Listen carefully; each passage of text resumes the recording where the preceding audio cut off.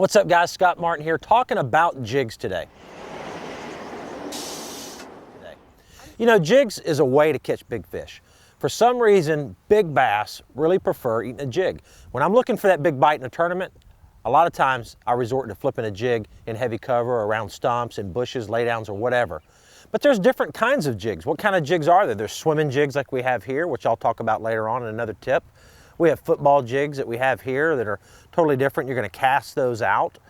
But the kind of jigs I'm talking about now are your flipping jigs like we have here. Just your standard heavy duty flipping jigs. They come in lots of different shapes and sizes.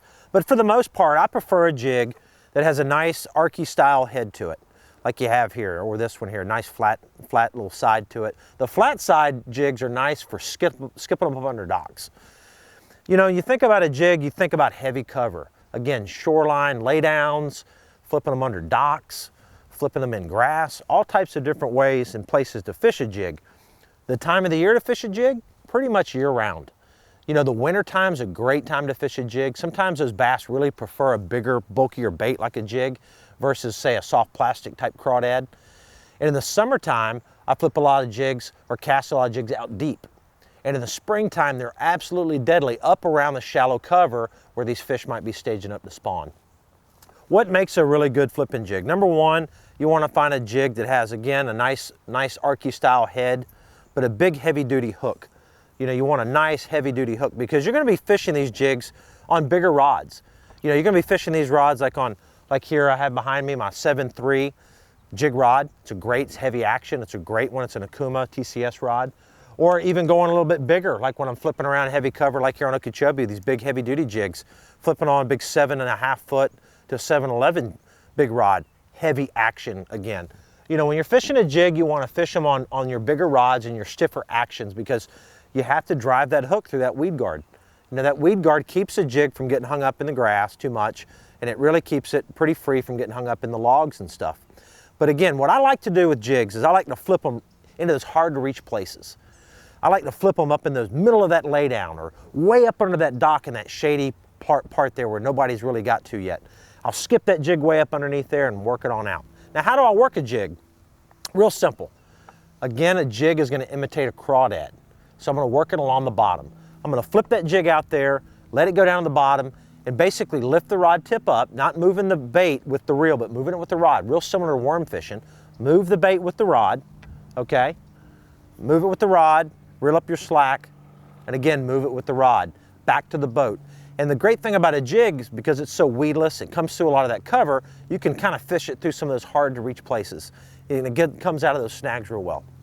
Now, how do I like to rig up my jig? You know, they come just standard like that with a hook, but you have to do something to them to make them really work really good. You want to put a trailer on the jig. Now, right here, I've got a bruiser intruder. It's a great little bait. I like to match them up to the color. So with this, let's say I'm fishing a black and blue jig like we have here. I'm going to take that trailer and I'm going to thread that trailer on there. Take it, put it on the hook, push that weed guard down, push that trailer up, run it on up. Look how much bigger it makes that profile. Now that's a nice looking jig there. Again, with that nice little trailer. You basically want to match your trailer to the color of the jig. If I'm fishing a dark jig like this, which again in dark water, muddy water, I'm going to fish a black and blue or a dark color. In clean and clear water, real clear water, I'm going to fish your more natural colors like your browns and your greens. And again, if I'm going to match it up, I'm going to match it up with a brown trailer on this one instead of a black and blue trailer. There's some other type trailers too. You've got your chunk style trailers like Zoom makes. It's a nice one. It's got nice little flaps on it. And basically, there's two ways to rig that. One way with that flapper style trailer, you can go right through the middle and have it hang down for a larger profile, like we have here. Or, which a lot of times I like to do this, I like to thread that trailer on there like I did before. Thread it on there and push it up a little bit. Makes it just a little bit more compact. So that way the skirt is up there, the tentacles of the trailer are hanging out. Really gives that bait a really nice look. Now, what kind of line am I going to fish a jig on? A flippin' style jig or this type of jig here, I'm fishing on heavier line. Again, 15, 17, 20 pound test fluorocarbon is my line of choice. And occasionally, like here on Lake Okeechobee or heavy grass lakes, I'm going to throw straight braid. You know, that's basically what you're gonna do with the jig.